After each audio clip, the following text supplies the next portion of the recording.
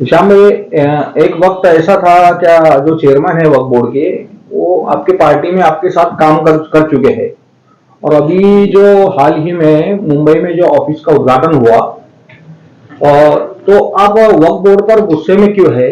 ऐसा क्या कर दिया उन्होंने? ऐसी क्या हरकत हुई उनसे वक्फ बोर्ड से? वक्फ बोर्ड पे गुस्से में होने का मेरा व्यक्तिगत कोई कारण नहीं है, लेकिन इस शहर के नागरिक होने के नाते हर औरंगाबादकर को ये लगता है, और मराठवाड़ा के लोगों को, कि ये जो ऑफिस था ये निजाम सरकार के जमाने में स्टैब्लिश किया गया था। ये महकमा जिसमें मुस्लिम और हिंदू वर्शिप प्लेसेस दोनों कवर्ड होती थी, कि इसके जरिए जो है तो ये वर्शिप प्लेसेस का और जो प्रॉपर्टीज है उसकी देखभाल की जाती थी। बाद में जब औरंगाबाद डिवीजन को हिंदुस्तान में शामिल किया गया यूनियन ऑफ इंडिया में 1948 में, उसके बाद हिंदू वर्शिप प्लेसेस को इसमें से अलग कर दिया गया और सिर्फ जो मुस्लिम्स की प्रॉपर्टीज थी उसको इस वक्फ बोर्ड में रखा गया।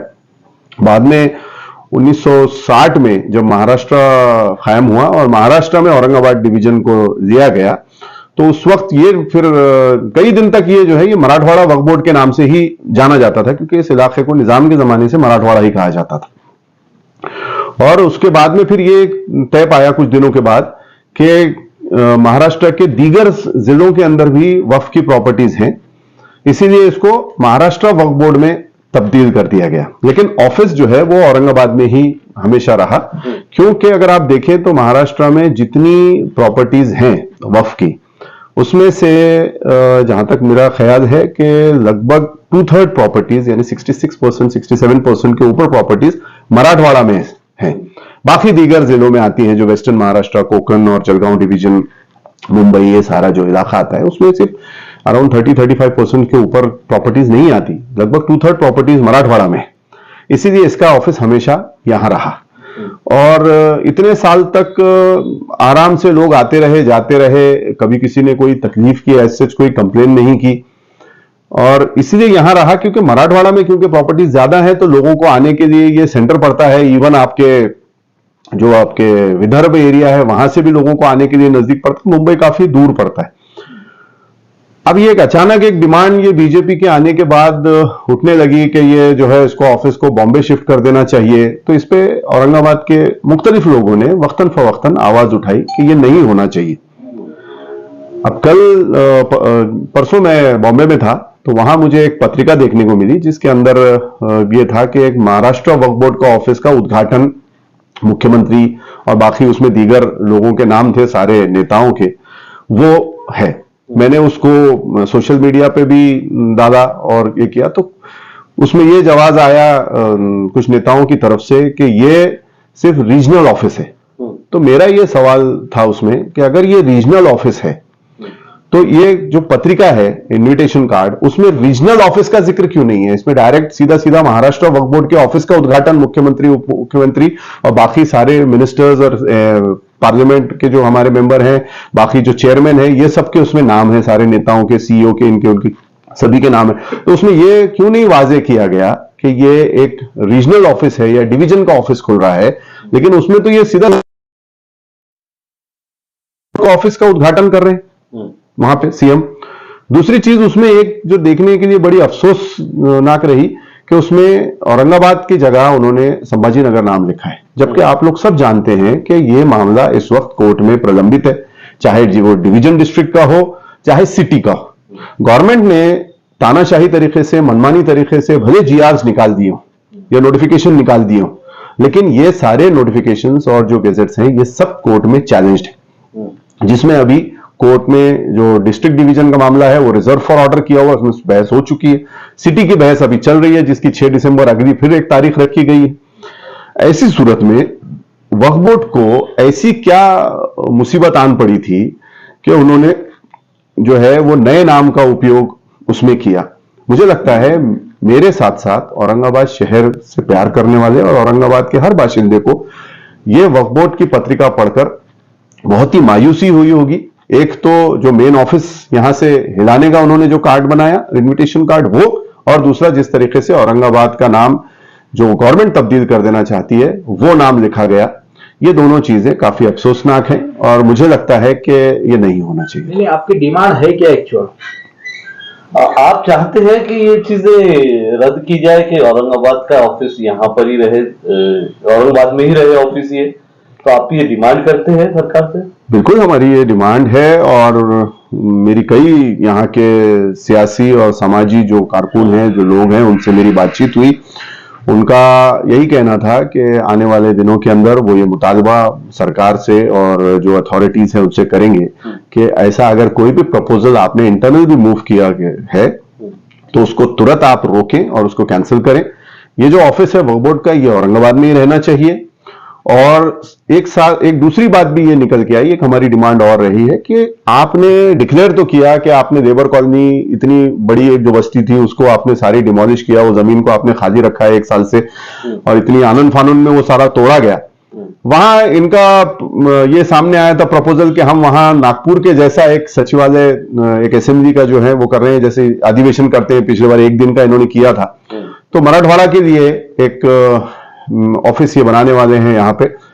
अगर उस तरीके से आप एक असेंबली का या वो यहां बना रहे हैं मंत्रालय जैसी कोई बिल्डिंग, तो उसमें ये डिपार्टमेंट क्यों नहीं बना के दिया जा सकता? लेबर कॉलोनी की जगह में जो आपका प्रपोजल है उसके अंदर आप इस डिपार्टमेंट को कायम करें। एक हमारे शहर की एक पहचान है औरंगाबाद की हिस्ट्री, वो हिस्ट्री को मुझे लगता है कि पूरी तरीके से मिटाने की कोशिश की जा रही है। उसमें बड़े अफसोस की बात है कि माइनॉरिटीज के नेता, खुसूसी तौर पे औरंगाबाद से ताल्लुक रखने वाले नेता, ये उसमें जहां इन्होंने काले झंडे लेके विरोध करना चाहिए था, वहां पे ये हमको तालियां बजाते हुए उस समारोह में शामिल होते हुए नजर आए। आप तो ये किस नेता की बात कर रहे हैं? आप हमारे खासदार इम्तियाज जलील जो वक्फ बोर्ड के मेंबर भी, आप उनकी बात कर रहे हैं इस चीज को लेकर? जो भी औरंगाबाद से रिलेटेड नेता है, आप चाहे खासदार ने बात करें या आपके अल्पसंख्यक मंत्री ने आप उसके अंदर, या फिर जो हमारा कहना है कि ये सारे जो मिनिस्टर जो औरंगाबाद से ताल्लुक रखते हैं, जो भी लीडर्स, मैं किसी पे व्यक्तिगत वो नहीं कहूंगा, लेकिन आप सब समझदार हैं, जो भी औरंगाबाद से ताल्लुक रखते हैं, अगर औरंगाबाद के नाम से प्यार है तो पहली चीज तो उन्होंने उसके समारोह में जाना ही नहीं चाहिए था। उन्होंने ऑब्जेक्शन पेश करना चाहिए था कि इन्विटेशन कार्ड पे औरंगाबाद की जगह संभाजीनगर क्यों लिखा गया। अगर समझ लीजिए मैं उस जिम्मेदारों में होता तो मैं तो उस प्रोग्राम में जाता ही नहीं, बाहर खड़े रहकर काले झंडे दिखाए होते, या हमने निषेध किया होता, या हमने उसमें पेपरबाजी की होती उनके साथ। तो पहली चीज तो वहां ऑब्जेक्शन रेज करना चाहिए था। दूसरी चीज, ये जो पत्रिका बनी उस पत्रिका में ये स्पेसिफिक होना चाहिए था कि ये डिविजनल कार्यालय है, ये रीजनल कार्यालय है, तो उसमें सीधा महाराष्ट्र वक्फ बोर्ड ये ऐसा लिखा हुआ है। तो मुझे लगता है कि मैं जो आज बात कर रहा हूं ये औरंगाबाद के लोगों की एक मिली जुली सारी एक राय है। हर औरंगाबाद कर की यही एक वो रहेगी, सिर्फ ना औरंगाबाद कर की नहीं, मराठवाड़ा के लोगों की। क्योंकि आपने देखा कि जब ऑब्जेक्शन बुलाए गए थे कि औरंगाबाद के नाम तब्दीली के लिए सरकार के द्वारा, तो लाखों की संख्या में ऑब्जेक्शंस लोगों ने दिए हैं 5-5 रुपए का टिकट लगा के। और उसके लिए मैं सलाम करूंगा मराठवाड़ा के दीगर जिले के लोगों का, जिन्होंने अपने पैसे खर्च करके 300-300, 200-200 किलोमीटर से उन्होंने ट्रैवल किया और यहां पे जाके वो ऑब्जेक्शंस यहां पे सबमिट किए उसको टिकट लगा के। बट अनफॉर्चुनेटली सरकार जिस तरीके से बदमाशी कर रही है, उन्होंने कोर्ट में यह कहा कि हमने ऑब्जेक्शंस ले लिए और हमने अपने तौर पे डिसाइड कर दिया। हमने यही पूछा कि आपने सुनवाई के लिए किसी को क्यों नहीं बुलाया, तो कहता कि हम लेजिस्लेचर हैं, जुडिशियरी नहीं है, इसलिए हमको अपने तौर पे लेने का इख्तियार है। अगर वो हमने ये भी मांगा है आरटीआई के अंदर कि कितने ऑब्जेक्शंस आए आप वो हमको दीजिए, तो वो भी वो नहीं दे रहे हैं। तो कहने का मतलब है कि ये लड़ाई अभी चल रही है। इस लड़ाई में औरंगाबाद के जो भी स्थानीय नेता हैं, मिनिस्टर हैं, पार्लियामेंट से हो या असेंबली से हो या आपके वो भी कोई ओहदे पे हो, राज्यसभा हो, कोई भी हो, उन लोगों को औरंगाबाद की जनता का, मराठवाड़ा की जनता का साथ देना चाहिए, ना कि सरकार की तरफ जो है उनका झुकाव होना चाहिए। सरकार आज है कल नहीं। आपको पता है कि सरकार भी जो है ये कटघरे के अंदर है, इसके ऊपर भी शायद आने वाले दिनों में गदा आ सकती है। ये सीएम और ये बाकी जो लोग हैं, ये तो इन लोग ऑलरेडी डिफेक्शन फेस कर रहे हैं। शायद अगले महीने इनकी किस्मत का फैसला हो जाए और ये घर को चले जाए। फिर उस वक्त जो नेता है उनको यहां की ही जनता से लॉयल्टी प्रूफ करनी पड़ेगी, ना कि सरकार से। नहीं, इसमें एक बात ये भी सामने आई है कि हजारों एकड़ जमीन जो है वक्फ बोर्ड के पास है, इसके बावजूद किराए पर उन्होंने जगह ली है मुंबई में। तो ये आपकी रिपोर्ट से कल मुझे पता चला ये बात, क्योंकि मैं तो ट्रैवल में था, मैं बॉम्बे से कल ही आया जैसे मैंने आपको बताया। तो अगर ऐसा हुआ है तो ये भी बहुत अफसोस की बात है, क्योंकि इतनी जमीनें वक्फ बोर्ड के पास है। वक्फ बोर्ड जाना जाता है लोगों को जमीनें देने के लिए किराए से, और वो खुद जमीनें दे रहे हैं। ये नहीं, इतनी बुरी अवस्था तो मुझे नहीं लगता कि होना नहीं चाहिए कि किराए के होटल्स में हम जो है प्रोग्राम्स ले रहे हैं और किराए के ऑफिसेस ले रहे हैं। तो मुझे लगता है कि शायद इसके अंदर चेयरमैन साहब से भी सवाल होना चाहिए कि भाई आप अगर विदर्भ से आते हैं और आपने औरंगाबाद से आपको कोई प्रॉब्लम है तो आप कह दीजिए हम लोगों को सीधा सीधा, लेकिन बॉम्बे ऑफिस शिफ्ट करना ये मुझे लगता है कि औरंगाबाद की और मराठवाड़ा की तौहीन है। अगर ये चीज आगे भी जारी रही, अगर शिफ्ट किया गया तो इस पे आपका विरोध रहेगा आगे भी? आप इस पे बड़ा आंदोलन करेंगे भी जिस खिलाफ में? देखिए, अभी मुझे लगता है कि मैं तो औरंगाबाद के नाम की लड़ाई लड़ रहा हूं, लेकिन इतनी बात है कि जो कोई भी ये लड़ाई, अगर ये ऐसी नौबत आती है कि लड़ाई लड़ने की, क्योंकि सरकार ने जो आपके प्रेस में जारी किया है उसको विभागीय कार्यालय का जिक्र किया, लेकिन उनका जो इनविटेशन कार्ड है वो सीधा सीधा महाराष्ट्र वक्फ बोर्ड के नाम से, तो उनको बात क्लियर करनी चाहिए।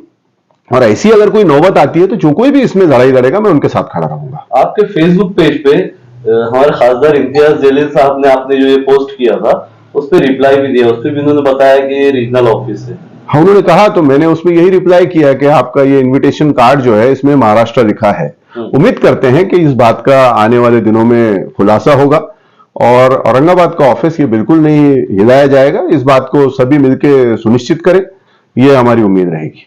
ओके।